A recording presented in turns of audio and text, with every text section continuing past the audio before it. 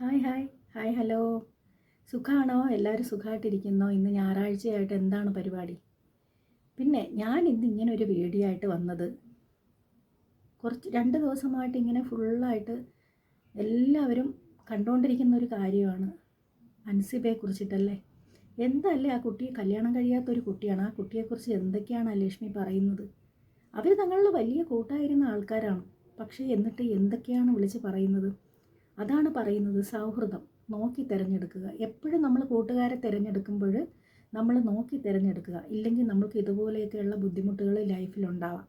അത് നമ്മുടെ കുടുംബത്തിലായാലും ശരി, നമ്മുടെ കുടുംബത്തിലുള്ളവരായാലും ശരി തന്നെയാണ്, നമ്മളൊരു വർക്ക് ചെയ്യുന്ന സ്ഥാപനത്തിലായാലും ശരി തന്നെയാണ്. നമ്മൾ എവിടെയായാലും നമ്മൾ ആരെയും നമ്മൾ അമിതമായി വിശ്വസിക്കാതിരിക്കുക.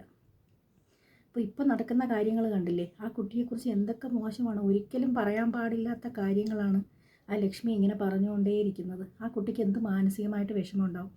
അതുപോലെയാണ് ഇപ്പം നമ്മുടെ യൂട്യൂബിൽ വന്നുകൊണ്ടിരിക്കുന്നത്.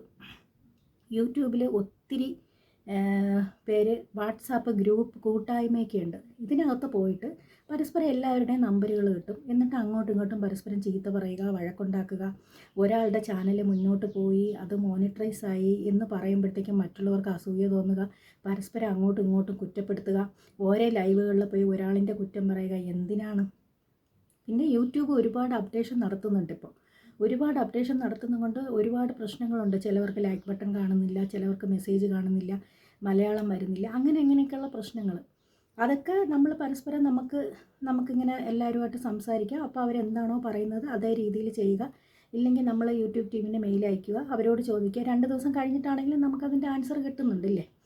അപ്പം അല്ലാണ്ട് ഇതിനു വേണ്ടി ഇങ്ങനെ ഓരോ ഗ്രൂപ്പുകളും അതും ഇതുമൊക്കെ തിരഞ്ഞെടുത്തിട്ട് പരസ്പരം അങ്ങോട്ടും ഇങ്ങോട്ടും നല്ല കൂട്ടായിട്ട് ഒരുപാട് ഫ്രണ്ട്ലി ആയിട്ട് ഇരുന്നവരാണ് ഇപ്പോൾ വഴക്കുണ്ടാക്കുകയും അങ്ങോട്ടും ഇങ്ങോട്ടും പ്രശ്നങ്ങൾ നടന്നുകൊണ്ടിരിക്കുന്നത്.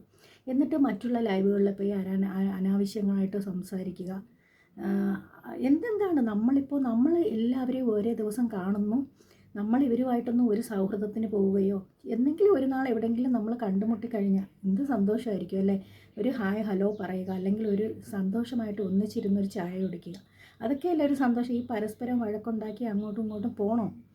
അപ്പോൾ ഞാനിത് എൻ്റെ ലൈവുകളിലായാലും മറ്റുള്ള ലൈവുകളിലായാലും ഞാൻ എല്ലാ ദിവസവും കാണുന്ന കാര്യമാണ് ഞാൻ പറയുന്നത്. അതുകൊണ്ട് തീർച്ചയായിട്ടും നമ്മൾ സൗഹൃദം തിരഞ്ഞെടുക്കുമ്പോൾ നല്ലവണ്ണം ശ്രദ്ധിക്കുക.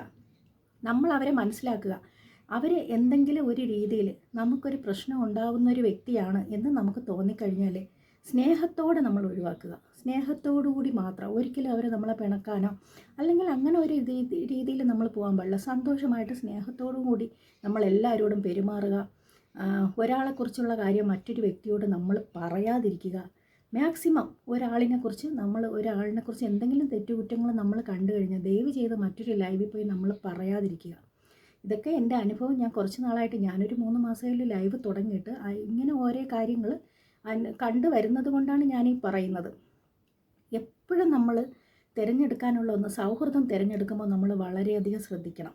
അതൊക്കെയാണ് ഇപ്പോൾ ഈ അൻസിബയ്ക്കൊക്കെ പറ്റിയ കാര്യം. കാരണം നമ്മൾ സൗഹൃദം, എനിക്കും അങ്ങനെ ഉണ്ടായിട്ടുണ്ട്, എൻ്റെ ലൈഫിലും ഉണ്ടായിട്ടുണ്ട്.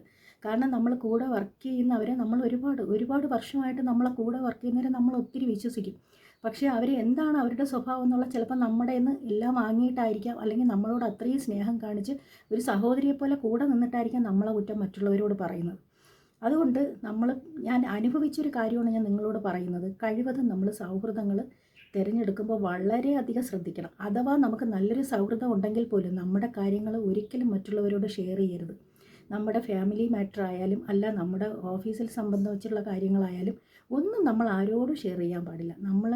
നമ്മളായിട്ട് തന്നെ ഇരുന്നാൽ നമ്മുടെ ലൈഫിൽ ഒരു പ്രശ്നവും വരില്ല. അല്ല, നമ്മളെ സൗഹൃദം കൊണ്ട് നമുക്ക് ചിലപ്പോൾ നമ്മുടെ കുടുംബം തന്നെ നഷ്ടപ്പെട്ടേക്കാം.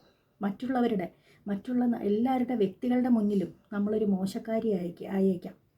കാര്യം നമ്മുടെ എന്തെങ്കിലും ഒരു ചെറിയ കാര്യമായിരിക്കും, നിസ്സാരം, നമ്മുടെ ഒരു നെഗറ്റീവ് എന്ന് പറയുന്നത് നമ്മുടെ ഒരു ചെറിയൊരു നെഗറ്റീവായിരിക്കും അവരുടെ മുന്നിലുള്ളത്. പക്ഷേ അത് അവർ വളരെ വലിയ രീതിയിൽ, ചിലപ്പോൾ ഒരു നിസ്സാരമായ ഒരു കാര്യത്തിന് അവർ 10 അതിനെ വ്യാഖ്യാനിച്ച് നമ്മളെക്കുറിച്ച് അത്രയും മോശമായിട്ട് അവർ പറയുന്ന സാഹചര്യങ്ങളുണ്ടാവാം. അതുകൊണ്ട് എല്ലാവരും ദയവ് ചെയ്ത് ശ്രദ്ധിക്കുക. പ്രത്യേകിച്ച് യൂട്യൂബിൽ എല്ലാവരെയും പോലെ നമ്മളും ഒരു വരുമാനം ഉണ്ടാക്കാനാണ് ഇതിനു വേണ്ടി വന്നിരിക്കുന്നത്. അത് ഒരാൾക്ക് കിട്ടുമ്പോൾ നമുക്ക് സന്തോഷം, അവർക്ക് കിട്ടിയല്ലോ, അയ്യോ അവർക്കൊരു വരുമാനം ആയല്ലോ എന്ന് നമ്മൾ കരുതി ഒരിക്കലും മനസ്സിലൊരു അസൂയയും വെറുപ്പും ഉണ്ടാവാൻ പാടില്ല ആർക്കും ആരോടും. നല്ല രീതിയിൽ എല്ലാവരോടും നല്ലതായിട്ട് സംസാരിച്ച് മുന്നോട്ട് പോവുക.